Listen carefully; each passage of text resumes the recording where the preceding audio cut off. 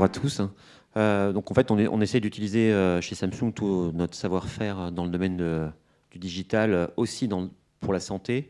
Pour la Gear VR, on a, grâce à certains partenariats, réussi à constituer une bibliothèque de contenu pour l'enseignement médical, donc à destination des étudiants en médecine, où l'étudiant va pouvoir, à n'importe quel moment, mettre son masque et revivre à 360 degrés, comme s'il était à la place du chirurgien, l'ensemble de la procédure chirurgicale. Alors, c'est intéressant dans une démarche d'enseignement, mais c'est également intéressant dans une démarche de formation continue, où vous avez un médecin qui doit faire une chirurgie particulière qu'il a peu l'habitude de faire. Il va pouvoir réviser sa procédure avec les différentes étapes, la position de l'anesthésiste, la position de l'ibode, de vraiment reconstituer et de resimuler avant son intervention grâce à cet outil de réalité virtuelle. Et lorsque vous y êtes, vous avez vraiment l'impression d'être le chirurgien. Il faut expliquer en fait comment ça se passe pour ceux qui n'auraient jamais essayé ces masques de réalité virtuelle. C'est-à-dire qu'on a l'impression que l'image en fait bouge en même temps que vous. C'est-à-dire que où que vous regardiez, c'est comme si vous étiez dans la réalité. Exactement. Vraiment. Et là, on vient de lancer en fait la Gear 360, parce que la problématique pour l'enseignement médical, c'était la création de contenu. C'était un peu complexe. Donc on vient de lancer cette caméra qui est disponible pour le grand public, mais également dans le domaine de la santé. On met la Gear 360 sur le Cielitic et on constitue sa propre bibliothèque d'images, de films, dans le but d'enseigner.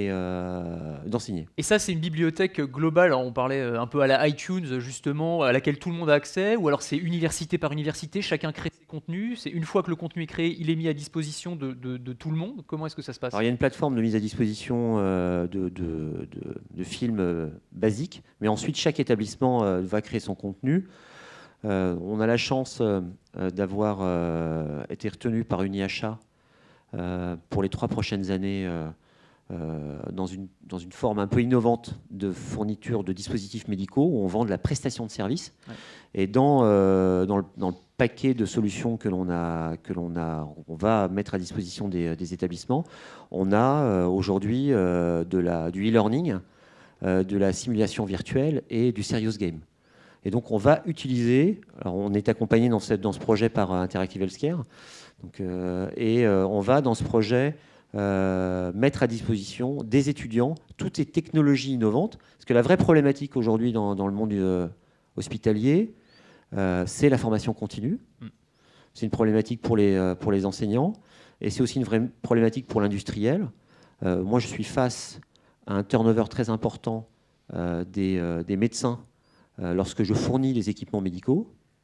Et ces outils de simulation, d'enseignement continu vont me permettre d'éviter d'envoyer du personnel formé en continu ces médecins.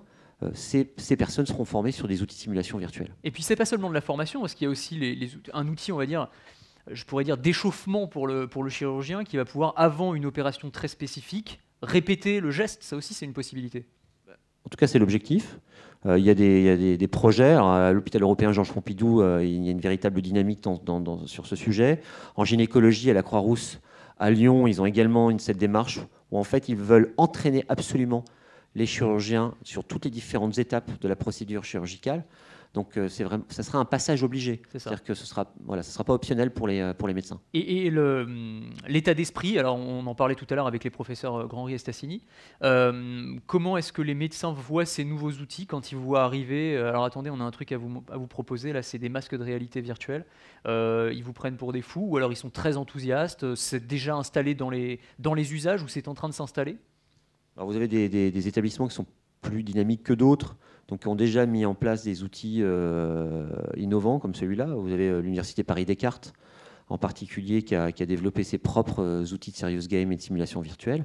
Mais vous avez pas mal d'établissements universitaires et d'établissements généraux qui souhaitent avoir accès à ces technologies, qui ne l'ont pas, et qui voient d'un bon œil l'arrivée de ce type de prestation de service. C'est ça. Parce que c'est vraiment de la prestation de service. Vous, les outils que vous développez sur la réalité virtuelle, le Gear VR notamment, c'est plutôt un outil grand public aujourd'hui, avec des usages professionnels à côté, mais ça reste un outil grand public d'abord. Oui, c'est un outil de masse, donc avec des niveaux de prix qui sont justement à destination du plus grand nombre.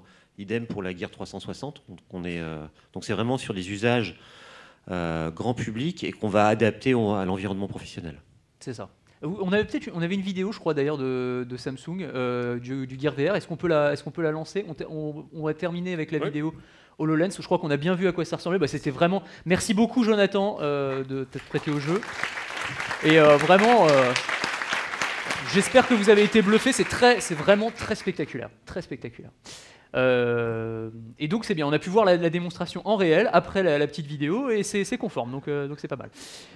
On a la vidéo du Gear VR de Samsung. On a la Gear VR avec la 360 si vous voulez simuler, parce que c'est une application qui a été développée donc, sur la Gear VR en partenariat avec une université en Suisse, où donc c'est de la chirurgie esthétique, hein, c'est-à-dire que la patiente met la Gear VR, elle choisit le type de poitrine qu'elle souhaiterait avoir, et elle se voit en temps réel. Elle se voit en temps réel avec sa poitrine. Et donc comme ça, elle peut anticiper. Et c'est pas, là, on n'est pas dans de la prospective. Hein, donc c'est une application qui existe et qui est utilisée au quotidien. Voilà.